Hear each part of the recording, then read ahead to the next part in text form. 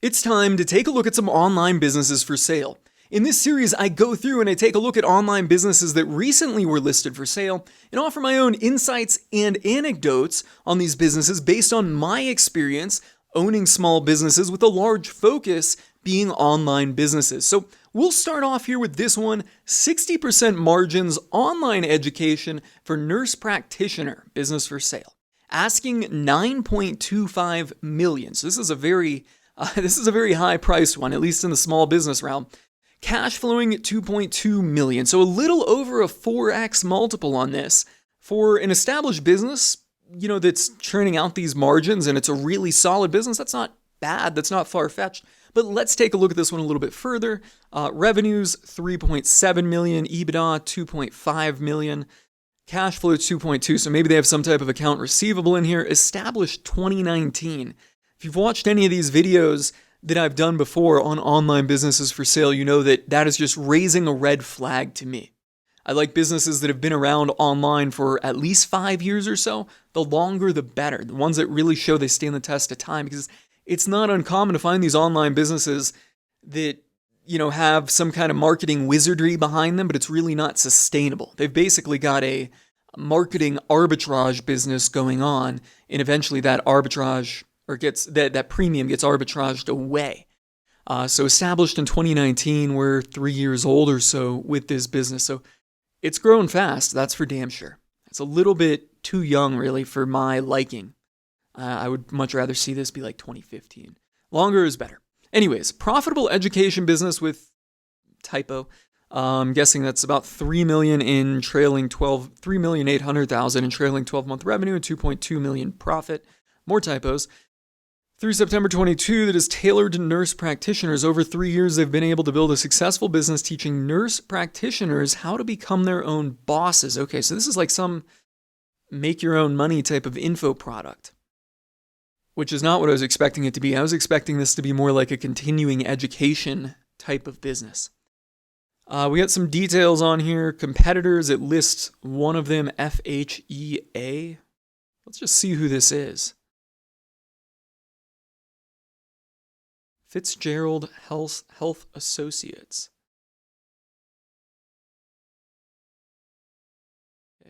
Information to pass, nurse practitioner exams. I don't see how this is related to helping nurse practitioners be their own bosses. Maybe they do offer that, but yeah, this is continuing education stuff, which is more like what I was expecting this to be. But I mean, this specifically says right here how to become their own bosses.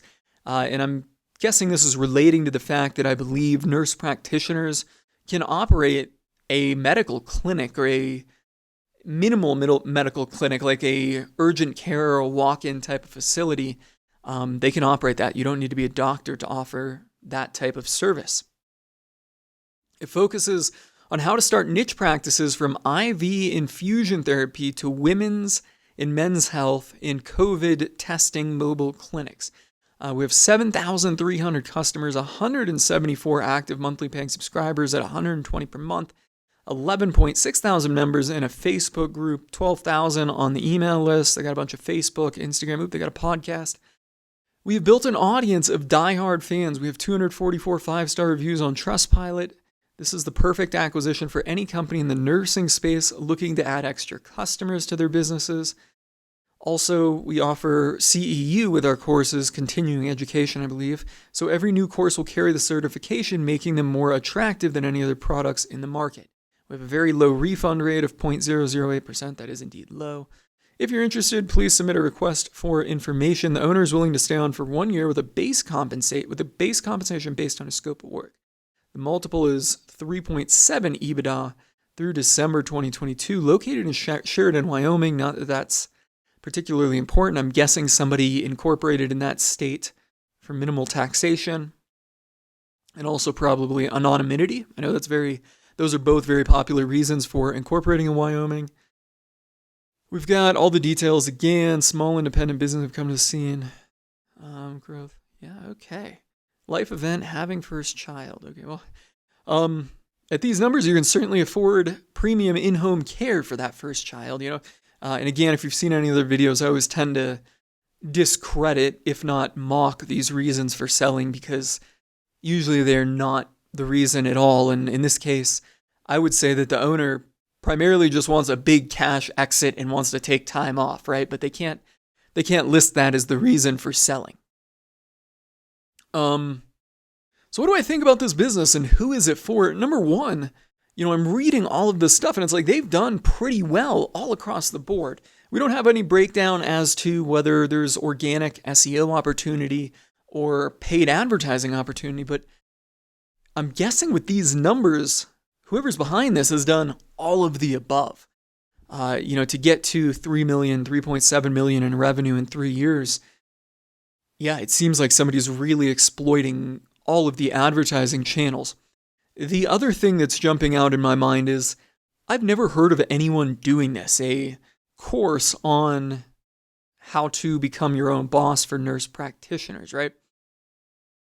So is either has this just been a wide open field with no competitors that once it was hit with that offer, people just kind of signed up, right? And they can make the money. And B, was this like a kind of pent up demand that has been tapped into and it's not sustainable going forward? You see that happen a lot.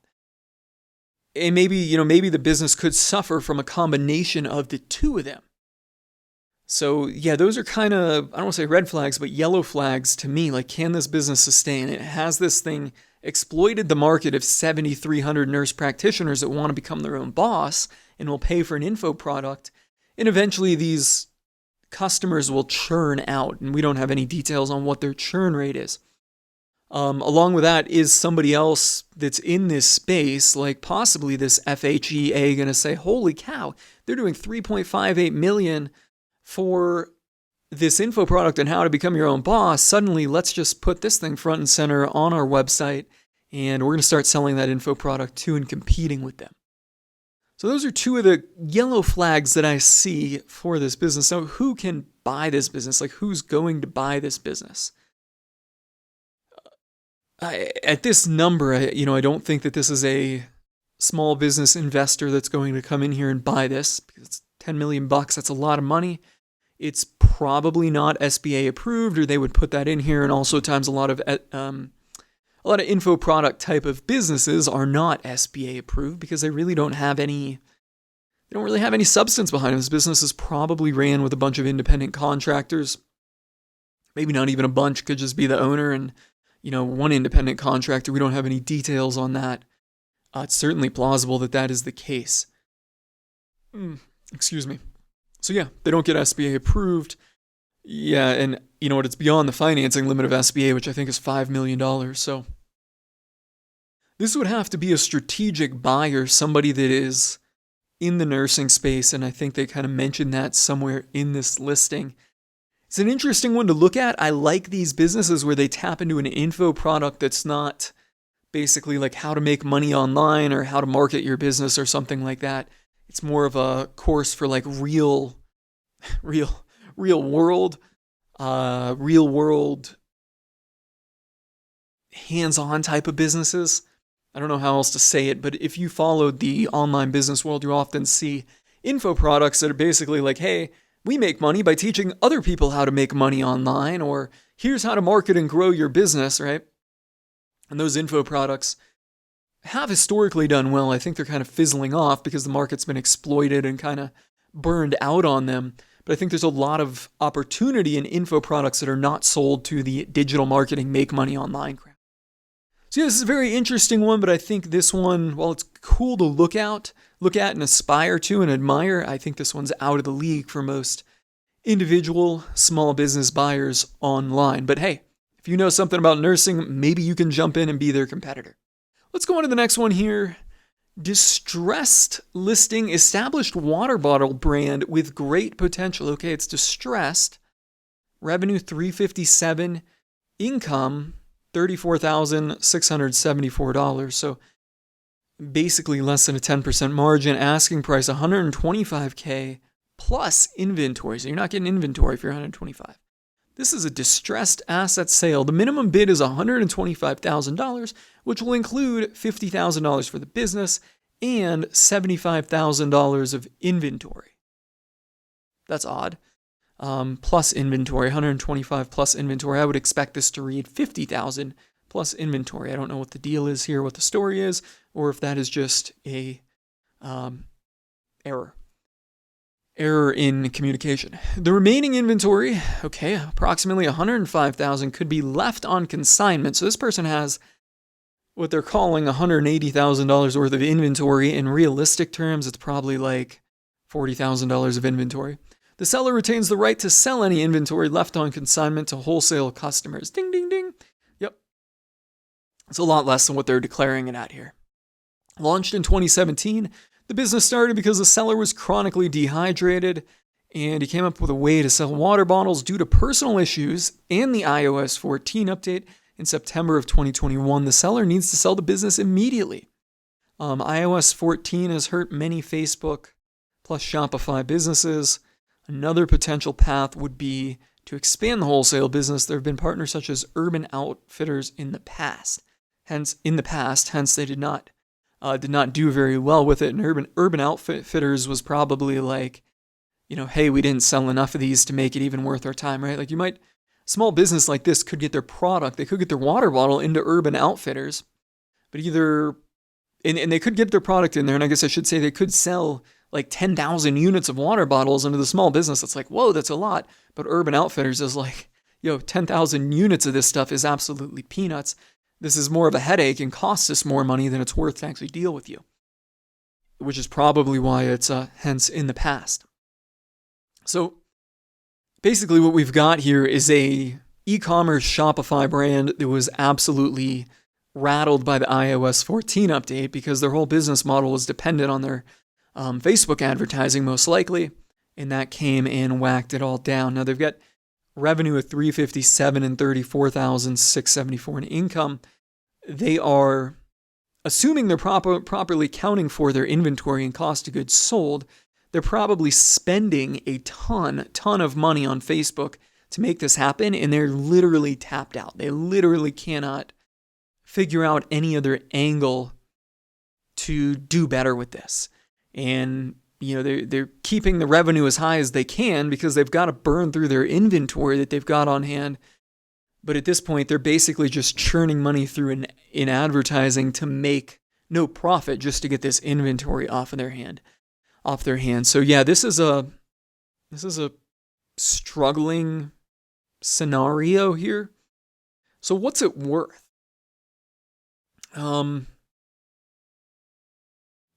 First thing, looking at this, they're breaking this down and saying 50,000 for business, 75 for inventory.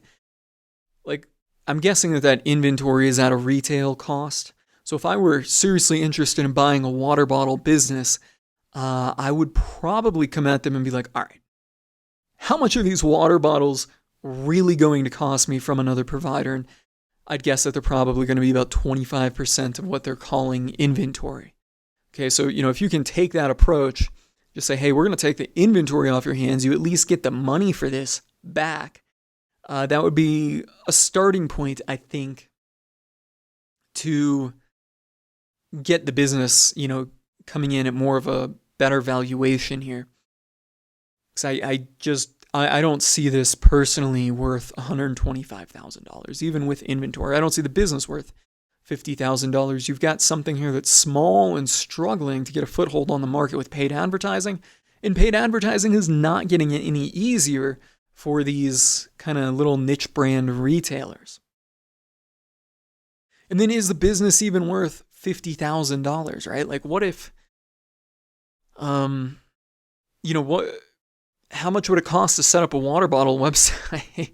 You could outsource it. I know businesses that set up these little e-commerce dropship websites.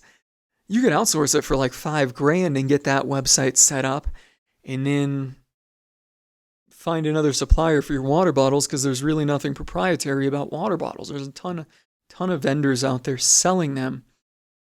Yeah, so not only do you have to buy this business, but you have to take the risk on moving this roughly whatever it is, $75,000 plus $105,000, plus this $180,000 worth of inventory, right? So now you've got the inventory, you've got a store, and go on. I have a hard time seeing this worth any more. I mean, than with inventory. Let's just say you get your inventory for 1/3 this cost, 25 grand. And then you get the business and maybe pay, consider the website 5 grand, the customer list 10 grand. This is something that you'd scoop up and pay maybe no more. I would suggest paying no more than $50,000 for this whole thing altogether. Because at the end of it, what you bought here is basically a business that makes no money. And then you've got to circulate a lot of cash through it just to keep things moving. And then you've got the risk of disposing of your $75,000 inventory in a marketing world that is kind of going against, or the tide is going against, these little retail businesses. So yeah, if you're interested in the distressed listing, established water bottle brand with great potential, of course, look it up on Quiet Light Brokerage's website. We'll go on to the next one here. Professional staffing business, 35 plus years open. Asking $498,000, cash flowing $170,000. So a little less than 3x, right? Yeah, a little less than 3x. Revenue, $513,000. 35 years ago, this Massachusetts-based staffing firm has been able to accumulate an excellent client base with 40% repeat clients. This highly respected and well-established staffing business would be the perfect opportunity for a large staffing company to expand their services offered, as well as their client list, or an individual that is familiar with the staffing industry looking to become an owner-operator. So right here, it's really telling us a lot of what we need to know about this business. An individual that's familiar with the staffing industry, i.e., or et al., you need to bring your own communications here, and you're going to be doing the work yourself. With more work than this business can handle, despite having no sales team, the business seller's reputation is a valuable asset. The services provided focus on financial or accounting roles, more specifically C-suite level openings.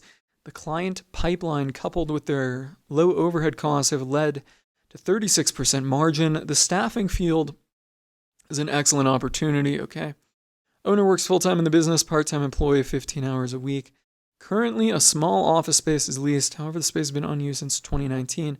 Both owner and employee working remote. That's why we're interested in here.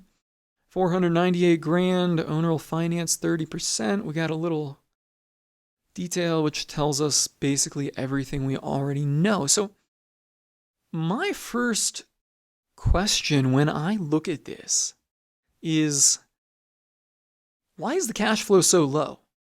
It's pulling in $513,000 in revenue and cash flowing $169,000. And the only expense that I can detect here is the part-time employee who works 15 hours a week.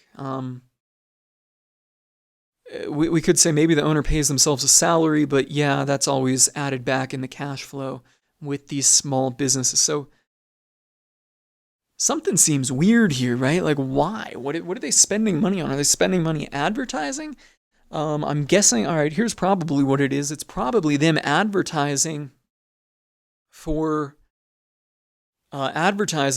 employees, and maybe they interview these employees as well. So they're probably running ads on things like Indeed or, gosh, I don't even know job boards, Monster Jobs, Monster.com. Is that still a thing? I remember that from like 15 years ago. That's probably what they're doing. They're probably running a lot of ads on there, and then them and their part-time employee probably filters them. If I had this set up, I'd probably have my part-time employee doing all the screening on the applicants, and then I'd be doing the interview. It doesn't say if that's exactly the level that they're doing it at, but that seems like what it is. So that would account for what is this, $170 and $500, $330,000 in cost of goods, maybe. Yeah, so who's this business for? Well, first thing we'd want to check out here is, just how much reputation this business has, and if the clients are, like devout to that owner.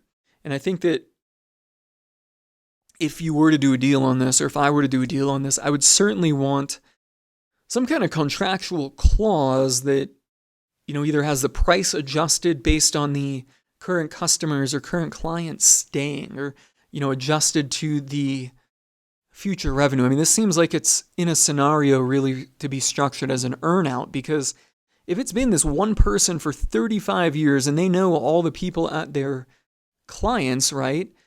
And this person's no longer there, are these clients really going to stay with this business? That seems like a huge risk. So not only would you have to have the experience, some experience in the staffing industry, and they make that clear, and, want to be an owner operator, you've got to be sure that the clients are going to stay on. Considering that, I see this as too high of an asking price. Fair asking price, maybe double the cash flow. And I think that would even be on the high side of fair, or structuring this as some type of earnout where it's based on the actual revenue that continues onward here, because there's really not much of a business as I see. This is really a one man buy that one man's book of business type of business. I think this could be great for some people. I don't dislike it or see it as a more of a liability than an asset, but I think that this really needs to be for the right person, somebody that's been in the staffing industry and wants to continue doing it just solo. While this is online businesses for sale here, and this is technically an online business and something that you could do, as an online business, this is not a true business, right? This is not a real standalone business. This is a one man brand is what I want to say here. Let's take a look at a final listing here before we call it a wrap on it. Premier multi-state online real estate brokerage. Okay, cash flowing $423,000, asking $6.6 million, and established in 2017. So what is this, I can't even do the math on this. This is like a 14x multiple here for this thing. Established online real estate brokerage company in California, Tennessee, and just now starting in Georgia, with close to 300 happy agents and growing. Must see the pro forma explanation to understand the valuation. The valuation forecast takes into account when the buyer simply adds the additional larger revenue streams of escrow and loan services, which is the bigger moneymaker to be made with the business. So even though they started with something that's making money, there is a bigger moneymaker out there. You just have to buy the business and implement it. The pro forma is actually way underestimated, as growth was not factored into the forecast, so into the figures. So it's a forecast. Somewhere in here it said forecast. It's a forecast. Yeah, forecast, the valuation forecast. It's a forecast and does not account for growth, because the company experienced 45% growth, and that's going to continue if you buy the business. When one adds in the left out growth factor, the numbers increase exponentially. So really, this business is worth more than the 14x we have it listed for, based on our hypothetical future numbers here. Business model is able to be replicated in additional states, has minimal expenses to run, and being ran remotely, 100% online. Business is ranked in the top 3. So I had to watch this video here, and I don't know if you guys are going to catch the audio from this or not.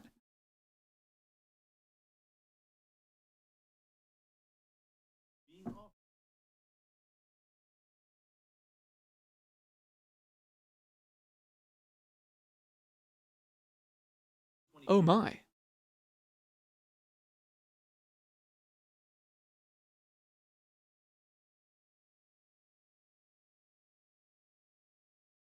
This is amazing.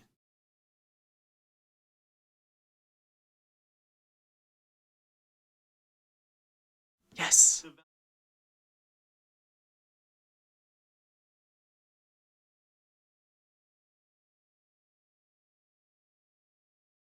So there's the two revenue streams they're not even talking about.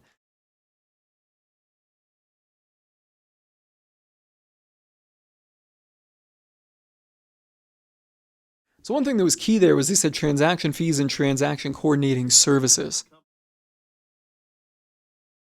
All right, so here they're showing us a pro forma statement for 2023, 2024, and 2025, and 2026. This guy's a genius. He can predict the future.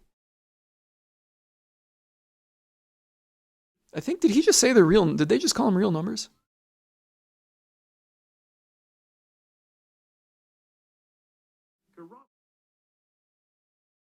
So they're calling these actual numbers from years that haven't even happened yet, 4 years in the future. Not hype.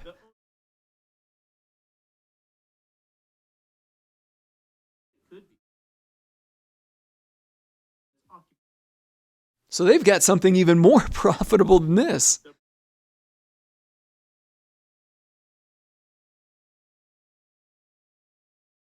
Okay, so the rest of the video goes on to explain how even though they forecasted the numbers, they're way understated. They got an Excel that details it.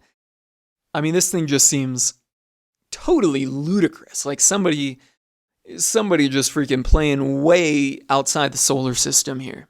Like they're in a different fucking galaxy with these numbers. So I had to look more into this, and I Googled this guy's name, and Ronnie Santana, motivational speaker, vocational trainer, etc. And if we find this, we can find this business. Here it is, Curb Realty. All right, so here is this business, and basically what I've deciphered that they actually do is you pay they're a flat fee brokerage. So a realtor joins this brokerage. This is a licensed real estate brokerage. A realtor joins this broker, and this allows the realtor to transact and list businesses on the MLS. And they may even need to join a brokerage to comply with state laws. And the business is a licensed brokerage. They just pay a flat fee per transaction. So rather than paying 6% rather than getting, a percentage of their commission, the standard real estate commission, I think is 6%. Maybe it's 8%, I don't know. But rather than, paying a percentage of that to the brokerage house. So if like somebody's a brokerage for, say, I was going to say Morgan Stanley. They're not a real estate brokerage. Who's a real estate brokerage?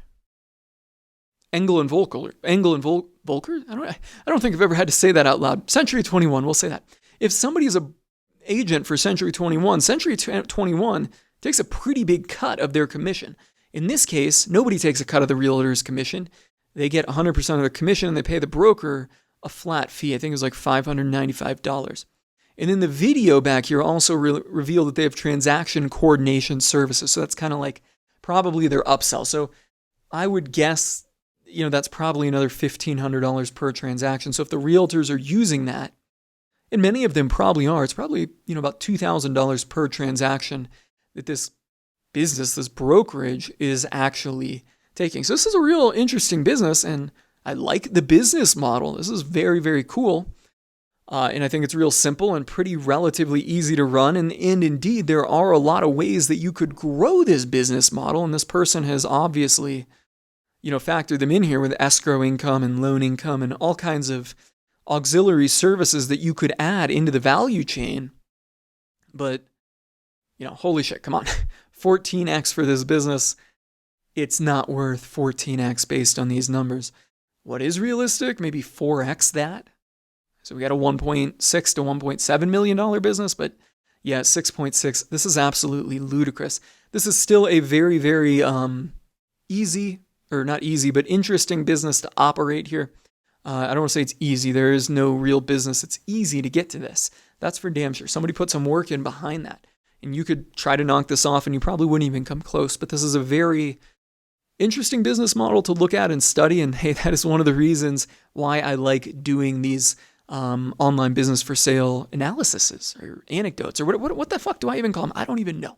Anyways, guys, let's start winding it down here. If you're interested in any of these businesses, just freeze the video when I've got it up here and just kind of Google the title and then the actual brokerage firm that's listing it. In this case, it's on Biz Buy Sell, but back here, just Google the title and put Quiet Light in the Google search, and you should be able to pull these listings right up. So on that note, if you found this helpful and insightful, go ahead and hit the like and subscribe button there. That would really help me out in the YouTube algorithm.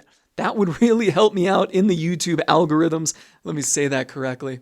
And on that note, I'm calling it a wrap and signing off on this one, guys.